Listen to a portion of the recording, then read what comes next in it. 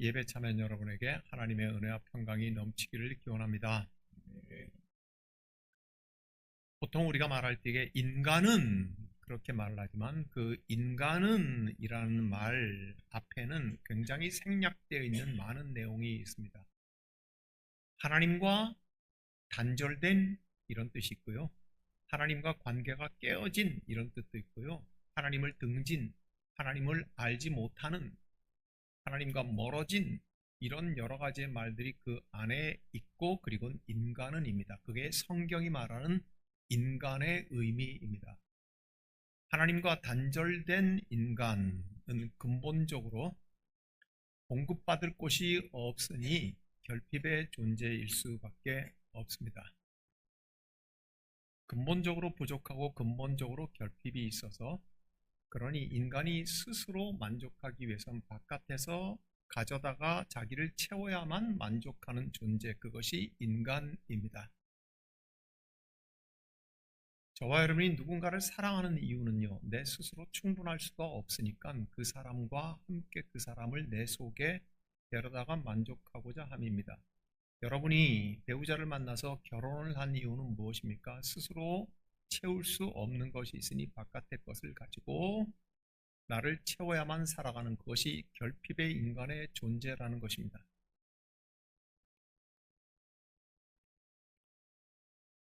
지금은 우리 목사님이 얘기할 시간이라고 대답을 해 주십시오.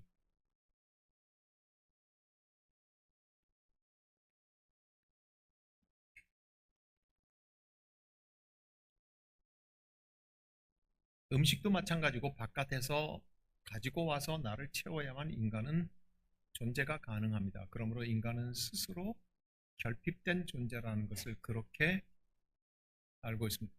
사람은 그래서 끊임없이 가져와야만 되는 존재입니다. 이걸 다른 말로 하면 소유라고 하죠. 사람은 소유해야만이 살아갈 수 있는 사람입니다. 이것이 적절하면 얼마나 좋겠습니까마는 이 소유는 점점 확대될 수밖에 없어서 탐욕으로 발전을 하게 됩니다. 인간의 소유의 지경이 점점 넓어나는 것을 말합니다.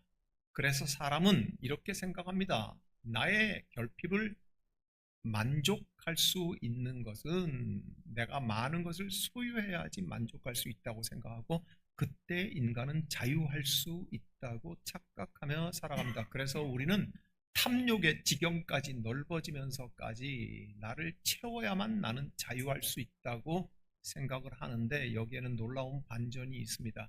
인간의 탐욕이 끝간데 없이 진행될 때에 어느덧 소유가 인간을 소유하게 됩니다. 처음엔 술이 좋아서 마시고 먹었지만 나중에는 술이 사람을 먹어버리는 것과 같은 이치인 것이고요.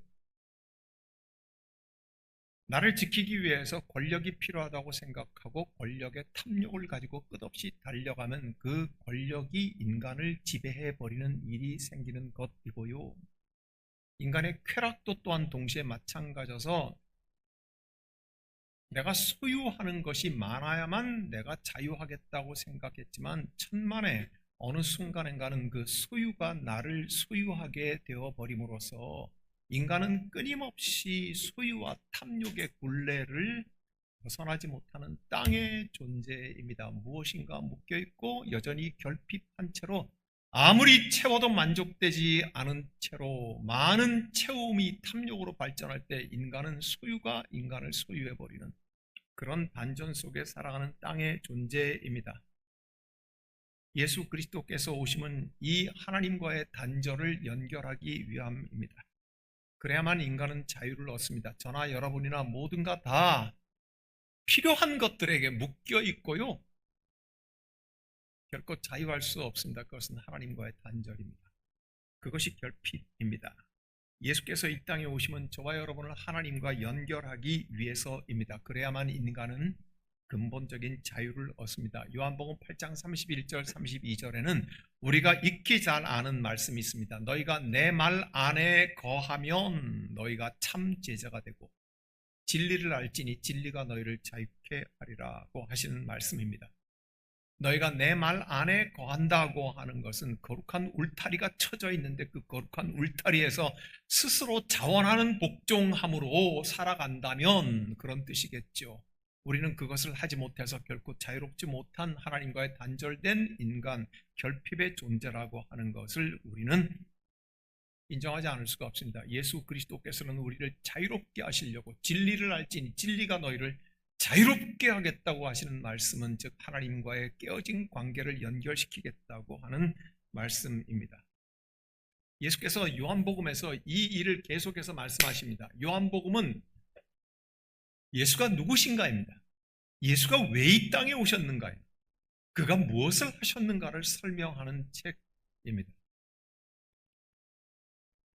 예수께서 말씀하시기를 내가 하는 말은 아버지의 말을 하며 내가 하는 행위는 아버지의 행위를 한다고 내가 아버지에게 연결되었고 내가 하늘로부터 연결되어 있다고 말을 했더니 이 말을 들은 유대인들은 기분이 상했습니다. 너만 하나님과 연결되어 있는 게 아니라 우리는 유대인이라 하나님의 chosen people, 선택한 백성이다. 우리도 아브라함의 후손이다. 그렇게 말을 합니다. 유대인들이 이제 어설픈 연결을 말하기 시작을 합니다. 예수께서는 이렇게 말씀하십니다. 요한복음 8장 37절에 내 말이 너희 안에 있을 곳이 없으므로 너희가 나를 죽이려고 하는도다. 유대인들은 예수께 항의하듯이 이렇게 말합니다. 우리도 아브라함의 후손이다. 유대인들과 아브라함의 껍데기 연결에 대해서 말씀할 때 예수께서는 8장 39절에서 이렇게 말씀하십니다. 너희가 아브라함의 후손이라면 너희의 믿음의 행위도 아브라함 같을 것이다. 예수는 일관성 있게 이렇게 말합니다. 아버지께서 하시는 말씀을 나도 하고 아버지께서 행하시는 일을 나도 하니 너희가 아브라함의 후손이라고 하면 아브라함의 믿음의 행위대로 너희가 하여야 진짜 연결이니 너희는 껍데기로 연결되어 있다고 그렇게 말씀하고 있는 것입니다. 사람은 무엇입니까? 단백질과 탄수화물과 지방질과 약간의 무기질이 만들어진 껍데기입니다. 거기에 하나님께서 하나님의 모양과 하나님의 형상과 하나님의 생기를 불어넣으셨을 때 비로소 단백질과 지방과 탄수화물 이상의 값어치를 하는 존재로서 살아가는 것을 우리는 알고 있습니다. 그래, 너희도 유대인이고 아브라함도 유대인이다. 단백질과 지방과 탄수화물로 이루어진 것 같다. 그러나 아브라함이 가지고 있던 그 스피릿, 그 믿음, 그 하나님과의 연결되어 있는 알짬, 너희는 그것을 전혀 담지 못하였으니 너희가 아브라함의 자손이라고 하는 것은 껍데기만 연결되어 있는 것이라고 말씀하십니다. 유대인들은 아브라함과 우리가 연결되어 있다는 걸 말함으로 결국 말하고 싶었던 것은 하나님과 우리가 연결되어 있다는 것을 말하고 싶었던 것입니다. 예수 앞에서. 예수께서는 장렬하게 이렇게 말씀하십니다. 8장 42절에 너희가 만일 하나님과 연결되어 있다고 하면 나를 사랑하였습니다. 하나님과 연결되어 있는 나를, 너희가 하나님과 연결되었다고 하면 나를 사랑했을 것이다. 그러나 내 말이 너희 안에 거할 곳이 없어서 너희는 나를 죽이려고 하는도다. 사이비 연결이죠. 위선적인 연결을 말하고 있습니다. 예수께서는 44절에 그 증거로 이렇게 예를 드십니다. 너희는 너희 아비 마귀에게서 났으니 너희 아비의 욕심대로 너희도 행하고자 하느니라. 그는 처음부터 살인한 자여 진리가 그 속에 없으므로 진리에 서지 못하고 거짓말을 말할 때마다 제 것으로 말하니 이는 그가 거짓말쟁이요 거짓의 아비가 되었음이라. 너희가 지금 거짓말을 하고 있다. 껍데기만 연결되었는데 그 속사람까지 연결되어 있다고 하는 거짓말을 너희가 하고 있다. 너희가 진정 하나님과 속사람까지 연결되었다고 하면 하나님과 연결되어 하나님의 말을 하고 있는 내 말이 너희 속에 거할 곳이 있어요. 너희는 너희의 말을 하고 있다. 너희는 거짓말을 말하고 있다. 그러니 너희의 아비는 마귀다. 거듭 다시 말하지만 요한복음은 예수가 누구신가를 설명합니다. 예수가 왜 이 땅에 오셨는지를 말씀하고 있는 책입니다. 우리가 이것을 이해하지 못하면 요한복음 21장을 매일마다 묵상하고 끝내고조차도 요한복음이 무슨 말을 했는지를 알지 못한 채로 끝내게 될 가능성이 많습니다. 요한은 하나님과 연결을 하기 위해서 연결자로서의 예수 그리스도를 반복적으로 상징을 바꿔가면서 계속해서 설명을 합니다. 요한은 애가 타서 21장 전체를 다 예수가 누구신지, 그분이 무슨 일을 위해서 오셨는지, 예수는 이 땅의 사람들과 단절되어 있는 하나님과의 관계를 연결하기 위해서 오셨다고 하는 것을 애타게 계속해서 설명하고 있습니다. 1장 열면서부터 이렇게 설명합니다. 태초에 말씀이 계셨고 이 말씀이 하나님과 함께 계셨으니 이 말씀은 곧 하나님이시라고 말씀하고 있습니다. 태초에 말씀이 계셨다. 그 말씀은 누구입니까? 예수 그리스도입니다. 태초에 예수 그리스도께서 계셨다. 예수 그리스도께서 하나님과 함께 계셨으니 예수 그리스도는 곧 하나님이시라고 말씀하고 있는 것입니다. 그리고 이어서 1장 3절에서 이 말씀 없이는 세상이 지어진 바가 되지 않았다고 말하니, 그 말씀이 세상을 지었다고 말하니 예수 그리스도께서 세상을 지었다고 말씀하십니다. 예수 그리스도는 하나님이시고 창조주라고 하는 것을 먼저 밝히고 있습니다. 그리고 그 빛 대신 예수 그리스도께서 이 땅에 왔으나 예수 그리스도를 자기 백성이 영접하지 아니하였으나 그러나 영접하는 자 곧 그 이름을 믿는 자들에게는 하나님의 자녀가 되는 권세를 주셨다고 1장 12절에서 말씀하고 있으므로 구원을 말하고 있습니다. 구원을. 그러니까 요한복음 1장에서는 이렇게 말하고 있습니다. 예수는 창조주 하나님이시고 예수는 구원자 하나님이시다는 것을 처음부터 요한은 말을 하고 있는 것입니다. 사랑하는 여러분, 저는 신학을 했습니다. 저 뒤에 있는 목사님들도 신학을 했습니다. 그리고 여러분은 평신도에서 평신도의 신앙을 가지고 있지만 그 신앙은 신학이라는 뼈대로 완성이 되니 평신도 신학도 마찬가지일 것입니다. 신에 대한 학문, 신에 대한 공부, 신에 대한 믿음, 저와 여러분 공통적인 것입니다. 어떤 하나님을 믿습니까? 뚜렷하지 않습니까? 하나님은 온 땅의 창조주이시다. 그리고는 타락한 세상의 구원자이신 하나님이다 하는 것을 우리가 공부하고 믿는 것 아닙니까? 그런데 요한복음 1장에서 요한은 예수 그리스도를 이렇게 말하고 있습니다. 태초에 하나님과 함께 계셨고 이 하나님이 천지를 창조하셨으니 곧 예수 그리스도시라 말하고 있고, 그리고는 영접하는 자마다 하나님의 자녀가 되는, 하나님과 연결되는 영혼의 구원을 주셨다고 말씀하므로 요한복음 1장에서는 예수 그리스도는 창조의 주인이요 구원의 주인이라는 것을 먼저 말하고 있습니다.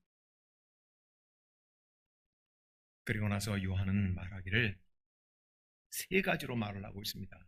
먼저 예수 그리스도는 빛이라고 말을 하고 있습니다. 요한복음 1장 12절에 빛으로 자기 땅에 오셨으나 영접하는 자 곧 그 이름을 믿는 자들에게는 하나님의 자녀가 되는 권세를 주셨다고 예수는 자신이 빛이라고 설명을 요한이 해주고 있습니다. 요한복음 8장 12절에서는 예수께서 친히 이렇게 말씀하십니다. 나는 세상의 빛이다. 나는 생명의 빛이다고 말씀하고 있습니다. 오늘 이 눈먼 소경에게 있어서도 9장 5절에 내가 세상에 있는 동안에는 세상의 빛이라고 말씀해서 빛을 보지 못하는 사람에게 빛이라고 말씀하고 계십니다. 빛을 영접한다는 것, 그것은 무엇을 의미합니까? 믿음을 의미합니다. 빛을 믿는, 빛 되신 예수 그리스도를 믿는다는 것을 말합니다. 두 번째로 요한은 생수, 마시는 것에 대해서 물로 예수 그리스도를 계속해서 설명합니다. 요한복음 4장에서는 사마리아 수가성 우물가의 그 여인과 대화를 하면서 그 여인에게 이렇게 말합니다. 내가 주는 물을 마신다면 속에서 영생하도록 솟아나는 샘물이 마르지 아니할 것이라고 자신이 물이 되시는 것에 말씀하고 계십니다. 요한복음 7장 37절과 38절은 내게서 와서 마시라, 믿는 자는 배에서 생수의 강이 흐를 것이라고 말씀하고 있습니다. 영원히 마르지 아니하고 영원히 흐르는 생수의 강, 하나님과의 연결되어 있는 생명의 강을 의미하는 것입니다. 나는 물이니 마셔라고 하는 말은 무슨 뜻입니까? 믿으라고 하는 것이 37절과 38절의 연결에 그대로 있습니다. 내게로 와서 마시라고 했을 때 그 마시는 것을 믿는 자는 이렇게 표현하고 있습니다. 그러므로 예수 그리스도를 믿는다고 하는 것은 예수 그리스도를 생수로 알고 마신다는 것을 의미하고 있습니다. 요한은 이렇게 계속해서 그 상징을 바꿔가면서 예수 그리스도께서 하나님과 단절된 인간을 연결하기 위해 이 자리에 오신 분이라는 것을 말하고 있습니다. 또 우리가 아는 요한복음의 기록은 떡에 대하여서 말씀하고 있습니다. 요한복음 6장에서는 5개 떡과 물고기로 많은 사람들을 배불리 먹인 오병이어의 사건이 있습니다. 저 작은 떡이 되신 예수 그리스도를 설명하고 있고 작은 음식이 되신 예수 그리스도를 설명하고 있는 표적인데 사람들은 그 표적을 이해하지 못한 채 배가 불렀기 때문에 예수를 쫓아다닌다고 주님께서 그러십니다. 그래서 주님께서는 그 뒤에 찾아온 사람들에게 34절에서 이렇게 말씀하십니다. 나는 생명의 떡이다. 나를 먹는 자는 영원히 죽지 아니할 것이요 배고프지 않을 것이라고 말씀합니다. 이어서 50절에 말씀하시기를 하늘에서 내려오는 떡이라고 자신을 말씀하십니다. 그리고 51절에서는 앞에 2개를 합쳐서 하늘에서 내려온 살아있는 떡이라고 말씀하시고 나를 먹는 자는 영원히 살겠고 죽지 아니할 것이며 배고프지 아니할 것이라고 말씀하고 계십니다. 떡을 먹는다는 것은 무슨 뜻입니까? 믿는다는 것입니다. 사랑하는 여러분, 빛으로, 물로, 떡으로 요한은 예수 그리스도가 끊임없이 하늘의 아버지와 사람을 연결하기 위해서 이 땅에 오신 것에 대해서 설명하고 있습니다. 비칠 때는 영접하라고 말하고 물일 때는 마시라고 말하고 떡을 때는 먹으라고 말을 하면서 이것은 동일하게 한 단어인 믿으라고 하는 말로 귀결되고 있습니다. 사랑하는 여러분, 오늘 요한복음 9장 3절을 보십시오. 예수께서 대답하시되 이 사람이나 그 부모의 죄로 인한 것이 아니라 그에게서 하나님이 하시는 일을 나타내고자 하심이라.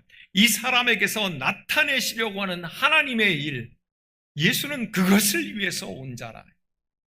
요한은 그걸 말하고 싶었던 겁니다.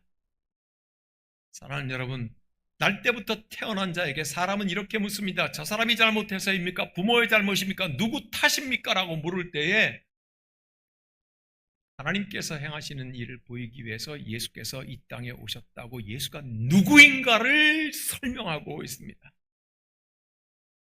사랑하는 여러분, 당신 잘못 때문에 당신이 잘못된 인생을 사는 것인지 아니면 다른 사람의 잘못 때문에 당신이 잘못된 인생을 사는 것인지 우리는 거기에 온통 관심이 있을지 모르나 성경은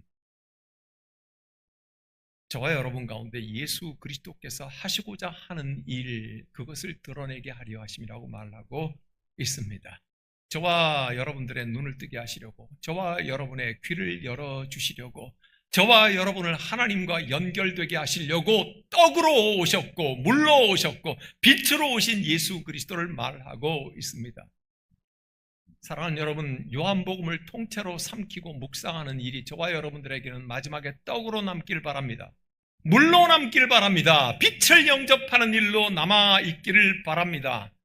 요한복음을 씹어먹으면 씹어먹을수록 저와 여러분이 요한복음을 끝내고 났을 때에 우리의 눈을 밝게 하신 그 예수 그리스도를 만날 수 있게 되기를 소망합니다. 기도하겠습니다.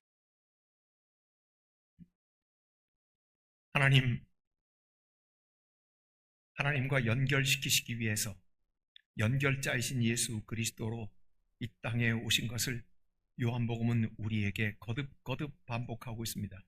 빛으로 오신 예수 영접하게 하옵소서. 물로 오신 예수 그 생수를 마시게 하옵소서. 떡이 되신 예수 그리스도의 살과 피를 먹고 마시게 하옵소서. 예수 그리스도를 영접하는 자 되게 하여 주옵시사. 우리로 하여금 이 땅에 육의 양식은 결핍이 있을지라도 우리의 영혼의 본질은 늘 생수의 강이 흐르게 하여 주시옵시고 늘 배고프지 않게 하여 주시옵시사. 우리 십자수 공동체 교회가 그 은총 가운데 충만하게 하옵소서. 예수님 이름으로 기도드립니다. 아멘.